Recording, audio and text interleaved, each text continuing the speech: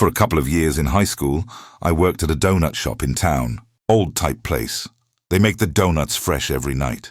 All the workers there would talk about how the place was haunted by a former baker. Big burly guy who eventually just slept in his car pit back. My shift would start right before the restaurant front closed, and before the bakers came in for the night. I'd be alone in the shop. The back where the baking would get done would get absolutely disgusting. Jam and glaze all over the floor to the point before I swept I'd have to scrape the floor with a paint scraper attached to a stick.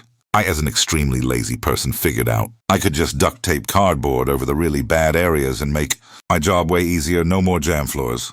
Well, problem with that was that it basically cut my shifts in half. So I'd spend the time I'd normally be scraping jam of the floor, simply sitting in the front at the counter.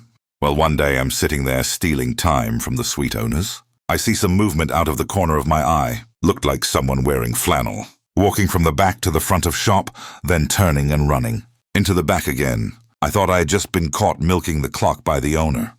I never heard any noise of anyone coming in. So I go to the back to check, and who caught me? Face the music, so to speak. No one there. I was so convinced I saw someone.